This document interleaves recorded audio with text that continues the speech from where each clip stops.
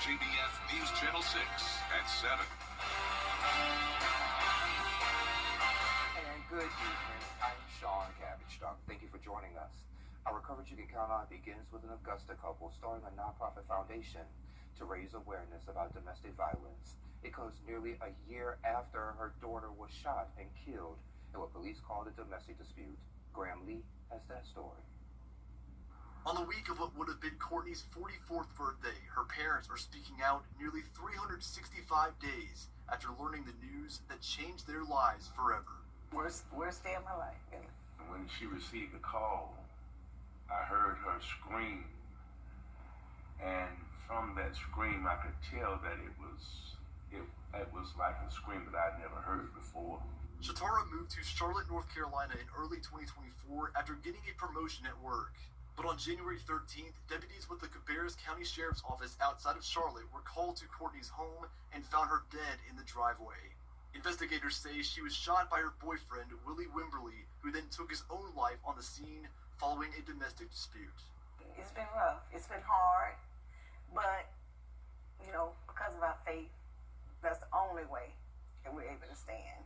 Just 3 months ago, we learned that another Augusta woman, Melissa Domingo, also died following a domestic dispute. Her husband, Hashir Talebzadeh, is accused of shooting her and her mother to death in a Best Buy parking lot, all while a 5-year-old child was present.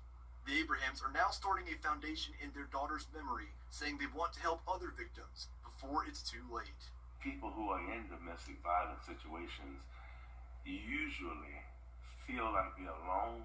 They don't have anywhere to go, no one to turn to, and we want to be, again, that listening ear for them. They're soliciting the community to step up because it's our daughter today, but it could be your daughter tomorrow. And that was Graham Lee reporting for us. They'll be launching the Shatara Foundation at an event on Sunday, December 16th. We have more information about the event on our website, WJBF.com. Courtney's 44th birthday would have been this Saturday. A new bill in the South Carolina State House could change how domestic violence cases are handled and at what point someone could face criminal charges. The only way someone could be charged in the state currently is if there's actual physical harm or threat of it. A new bill would make coercive control a crime and grounds to get a protective order. There are so many non-physical forms of violence are equally as devastating and effective at controlling and harming someone. The bill will also expand who qualifies as a household member. It will update family law by adding domestic violence, stalking, and harassment as grounds for divorce and key factors in child custody decisions. The Aiken County Sheriff's Office investigating a shooting death. It happened last night in the parking lot of the Circle K on Jefferson Davis Road. Deputies found 41-year-old Bobby Johnson shot at least once. He died at the scene. No suspect information has been released. Time for a quick check of our forecast. Chief Meteorologist Jenna Petracci joins us now with that. Hey, Jenna. Hey, Sean. Another frigid start to our Tuesday morning. Here's a look at those temperatures as of 7 p.m. A lot of us around 20 degrees. Some places even in the upper teens. That was the case in Barnwell and Wrightsville. And even Augusta ended up getting down to 19 degrees today, but it did get much warmer in the afternoon. 10 degrees warmer currently in Augusta and Aiken compared to this time yesterday. 15 degrees warmer in Evans and Edgefield.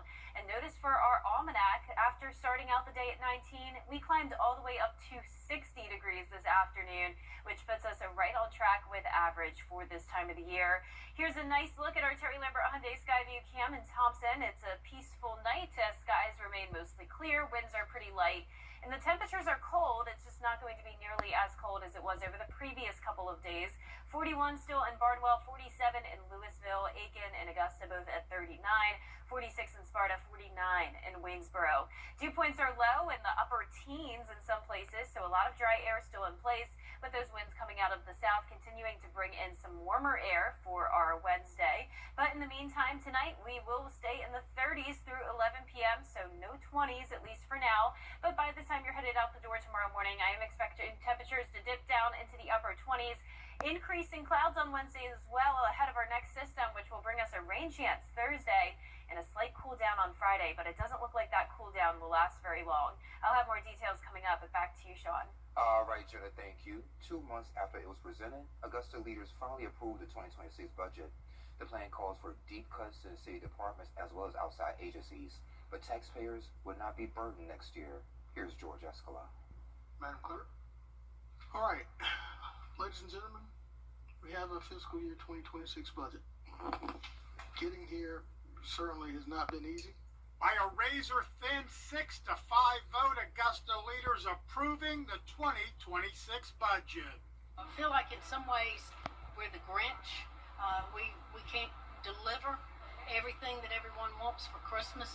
The 2026 plan includes no property tax increase, but hits outside agencies hard with a $4 million cut. I know that there are some folks out there, some organizations that won't be happy with what happened, but I truly couldn't support raising taxes in order to fund these extra organizations. The budget calls for 5% cuts to city departments. The administrator saying department directors will be making the call how to do it and whether layoffs will be needed. Provide us with the actual impact for their operation based on that reduction. So we'll see if that includes any respective employees or positions going on in the NGOs. Commissioner Jordan Johnson, one of the 5 no votes, sees layoffs on the horizon and budget issues continuing. You mark this conversation in your archives. We're going to be having it again before the year's over because of the impact of the decision that was made today. It was a very irresponsible decision. We've gone back and forth from everything from a tool. City leaders started with an almost $7 million shortfall, but were able to pass a balanced budget through cuts alone. Today we were able to erase that $6.8 million deficit by not passing on a tax increase. We made some difficult decisions, and we created some efficiencies. And putting the 2026 budget to bed. The vote was had today and it was passed. George Escala, WJBF, News Channel 6. And from the municipal building to the river, Georgia Historic Preservation has approved the City of Augusta's plan to include a zip line over the Savannah and create an adventure park at the 5th Street pedestrian bridge. Permits are pending. North Augusta City leaders approved a golf cart ordinance allowing more time on the roads. The approved ordinance will allow golf carts to be operated from sunrise to 11 p.m. as long as they have head, tail, and brake lights, reflectors, as well as a rear-facing mirror. Drivers must be at least 16 years old with a valid license. South Carolina state law only allows golf cart drivers to drive during daylight hours. If you still need to send some late-minute and last-minute Christmas cards or gifts, USPS says this is the last week you could do so and still have them there in time for Christmas.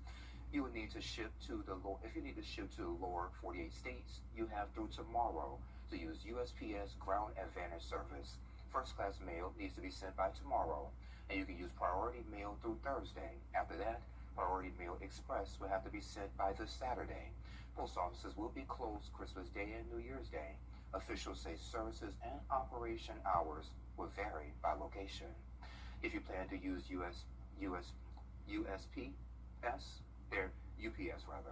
their second day air deadline is December 22nd, and the next day air can be shipped out by December 23rd. For FedEx Ground 3-day, should be shipped out no later than December 19th. 2-day could be sent out no later than December 23rd, and their next day air by December 23rd. It's the last week to donate to our Giving Your Best Partners annual toy drive. 4 local nonprofits will share all donated toys and hand them out to families in need this year. You can drop them off the new unwrapped toys through this Thursday here at Television Park or any of our partner locations. Well, coming up, Rhode Island law enforcement is searching for a suspect in a deadly Brown University shooting. We have the latest on the investigation as well as reactions from students on campus. Will we return? What's up, Georgia? I'm John Crow. Temperatures are warming up, highs back into the 60s, and then we're also going to see a chance of rain on Thursday, followed by a beautiful weekend and a warm Christmas forecast. I'll have your full Vapor 6 forecast when we return.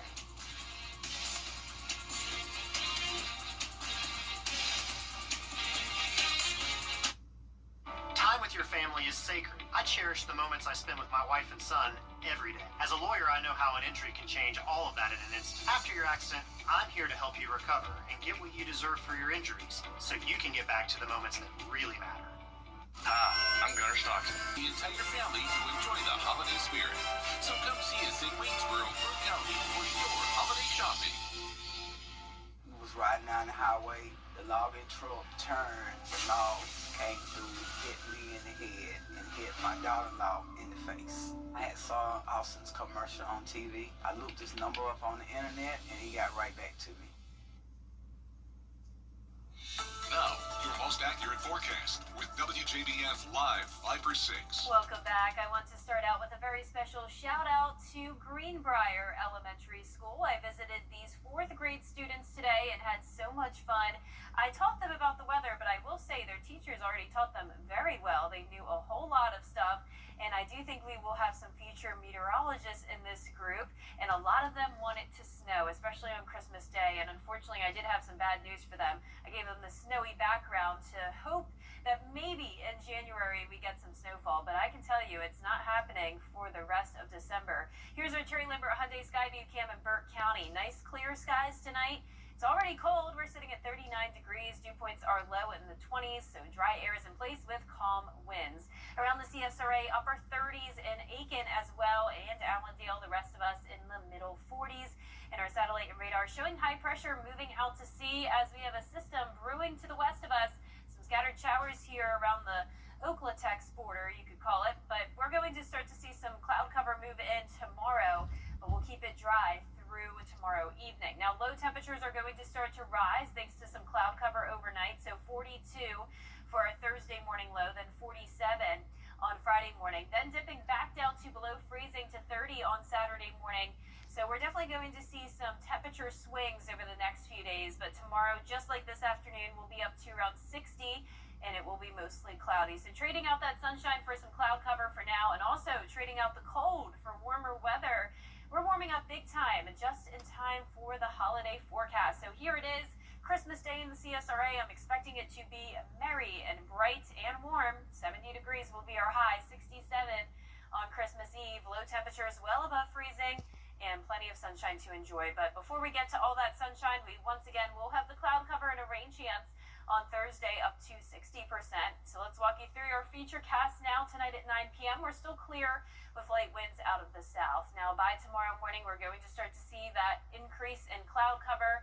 But once again, Wednesday is looking nice and dry all the way into the evening. Now, as early as around 7 a.m. on Thursday morning, that's when we're going to see some light showers. Most of the day dry, but then a cold front approaches us Thursday night, bringing more widespread rain overnight. Some heavy downpours possible, thunder and lightning, but not expecting severe weather. So the cold front's out of here pretty quick. By the time you're headed out the door on Friday, we're dry and clearing out with high pressure back in control and winds coming out of the northwest, bringing us a brief cool down.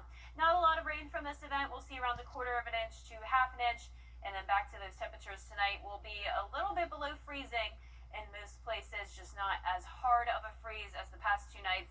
Upper 50s north of I-20 tomorrow, low 60s for the rest of us. And now your 10-day forecast showing us drop down to 59 on Friday behind that cold front. And then we're warming right back up to 67 on Sunday, and we'll be back at 67 again on Christmas Eve, and then, of course, hitting 70 on Christmas Day. All right, Jenna, thank you. Yeah. Well, coming up, a chemical attack in Savannah leaves a woman with life-altering burns. Where the search stands for the suspect, and what the community is pushing for to replace the city park. We have that story next. It's time to update Season after season.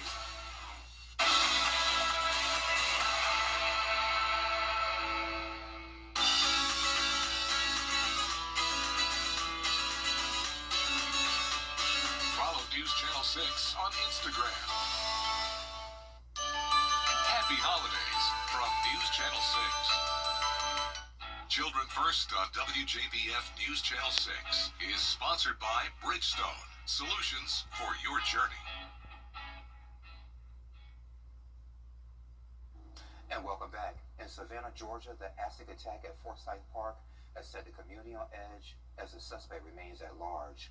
Ashley Wasilewski was walking home near Forsyth Park last Wednesday night when a man approached her from behind, dumped a chemical on her, and vanished. Savannah police released this photo of someone they call a person of interest.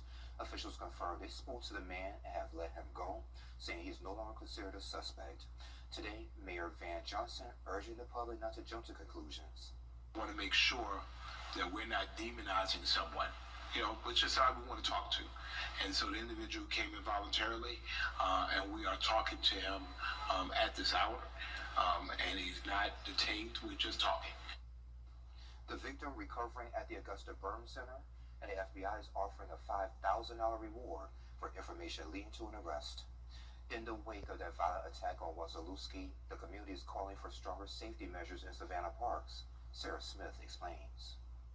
It's one of those things where you don't think it's going to happen to you, or you don't think it's going to happen in your city, and you kind of like sweep that fear under the rug. Savannah local Kristen Lacey tells me city leaders and police can't wait any longer to install emergency call boxes in public parks. Lacey has been advocating for this for months, a one-button connection to calling 911. She's pushing the message even more now, just days after Ashley Wazalewski was attacked in Forsyth Park, a man throwing acid on her. As a woman myself that frequents these parks, it made me even more weary of my own safety. This is just a prime example of why it would have been very ideal for us to have these implemented in this situation where she would have been able to run to these call boxes immediately and call for emergency services. Yeah. Lacey tells me she's talked with city leaders and Savannah police about this issue. Alderman Dietrich Leggett says it's something the city is working on. Prior to this incident happening, we were talking about putting in some call boxes, because when we go to different cities, we see all of these things are happening. So these things we're bringing back to Savannah. He says the news of this attack is discouraging after the city has made efforts to invest in public safety. For me to be an elected official and we put all our safeguards in place, it makes me feel helpless. So it just makes me want to talk to the city manager more about all our safeguards and what could we do more. Both Leggett and Lacey tell me their focus is to keep Savannah a safe, walkable city and to support Wazalewski in her recovery. She is just one of many people that we would be honoring in this to make sure it doesn't happen in the future. We don't want any of our family, friends, brothers, sisters, or children to be affected by anything of this sort in the future. And coming up, farm animals have a tour of a house. We have that story after this quick break. Over 65 years. We all love to spend quality time relaxing at home with our family during the holidays. Come in today to Jimmy's Home Furnishings to save on items for every room in your home. Get your favorite handmade rug in any size or style. Plus, save on Nectar and Dream Cloud mattresses, and when you buy the bundle, you get these items free. Let Jimmy's get your home ready for the holidays. Jimmy's Home Furnishings, where it feels like home.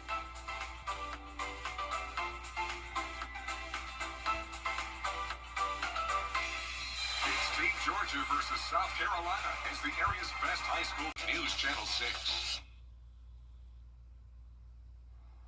And take a look at this. Have you ever heard the saying, close the door, we don't live in a bar? No. Oh, okay. I really thought about it, but no. Well, one Australian man found a couple of visitors in his home after his dog left the sliding door open. The man lives on a farm, and when his pet steer saw the door open, he seized the opportunity to invite himself in, along with other farm animals. Together, the animals knocked over a few items off the cabinets, helped themselves to a bowl of vegetable scraps.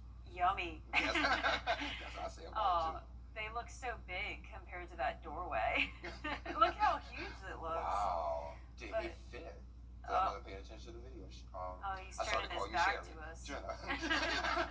So used to saying Sherry. I know, right? But yeah, it looks like they're having a fun time. And then look, the dog looks tiny compared to those big animals. Well, our forecast is looking good, Sean, for all the warm weather lovers out there. Now, anyone who is hoping for snow or a white Christmas, not looking too good. We will still have some chilly mornings, lows in the upper 20s tonight, then 40s over the next couple of nights, back to 30 for Saturday morning. And we're also going to finally see some rain on Thursday, 60% chance of showers, a sunny and dry weekend. First day of winter is on Sunday, but it's feeling more like spring. And then Santa Claus is going to have to wear his flip-flops because 70 degrees on the big holiday. 70 degrees, I'll take it. That's all for now. We're back at 11. Have a great night.